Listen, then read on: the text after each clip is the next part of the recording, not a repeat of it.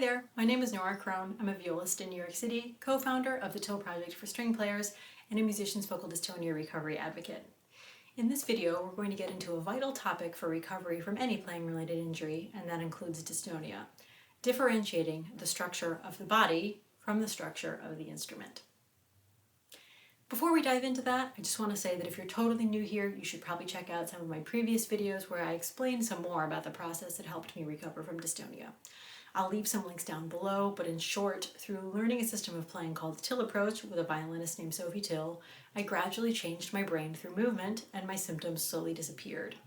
After 2 years of regular lessons, I returned to professional playing, and now I have the privilege of assisting others, primarily violists and violinists, in their recovery. So in my personal experience, vocal dystonia often includes a strange kind of confusion between the structure of the body and the structure of the instrument. And this can happen in other types of injuries as well, or even if we're not injured. How many of us, for instance, have spent an entire rehearsal with a twisted torso because it never occurred to us that even if we can't move our chair, we can sit on top of it at whatever angle we like. But this issue is, I believe, particularly relevant for dystonia because of the intrinsic structural confusion that accompanies the condition. I don't know about you, but my dystonia recovery has required a lot of effort to see my hand and arm properly in a proprioceptive sense. It might sound laughably simple, but part of that process has involved distinguishing the structure of my hand and arm from the structure of the instrument at various levels. The first level is sensory. With dystonia, we can sometimes struggle to feel where our body ends and where the instrument begins. If you'd like to explore this, try touching various objects with both hands.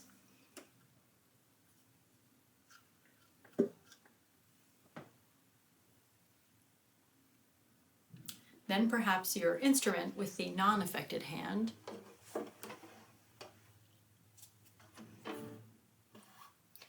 And finally, the instrument with the affected hand. And in addition to whatever responses you may be experiencing with the affected hand, such as a buzzing sensation in the nervous system or anxiety or weakness, etc., can you notice the degree of sensory clarity that you experience about the boundary between your hand and the object? If you see or feel that boundary clearly with the non-affected hand and/or when touching other objects, can you stop and study that experience in great detail and then try to recreate it on the other side by going back and forth in your awareness?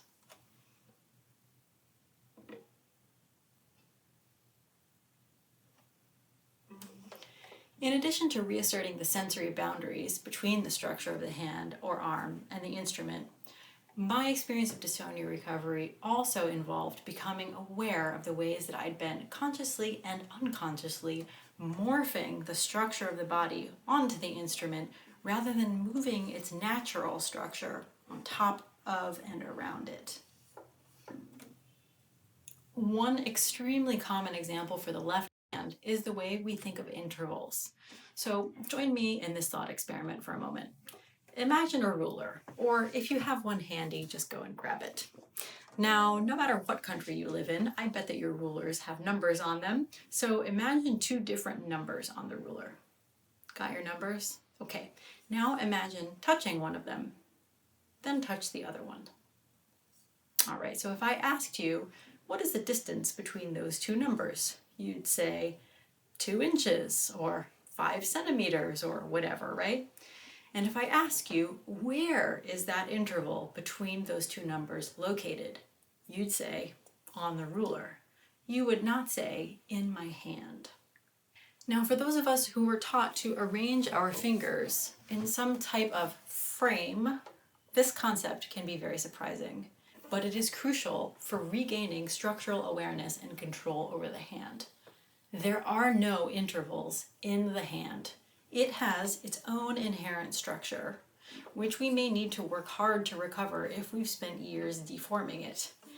And that structure can be moved over top of a map of places on the instrument that produce a given pitch and across the intervals between those pitches. Here's another example. How many of us were taught to support the instrument on the outside of this index finger base knuckle? I was, and I can tell you it created huge problems for me. I had to stretch and isolate my fourth finger, twist my third finger and wrist to get to the strings. The other problem it caused was that over time, this whole side of the hand became practically fused to the instrument, to the extent that even after I learned how to support the instrument without holding it up on this knuckle, this side of the hand struggled to see itself as belonging to the hand rather than trying to isolate in an effort to belong to the instrument. Regaining that structural differentiation was crucial to that side of the hand learning to be one neutral part of a whole and stop pulling backwards. One more example.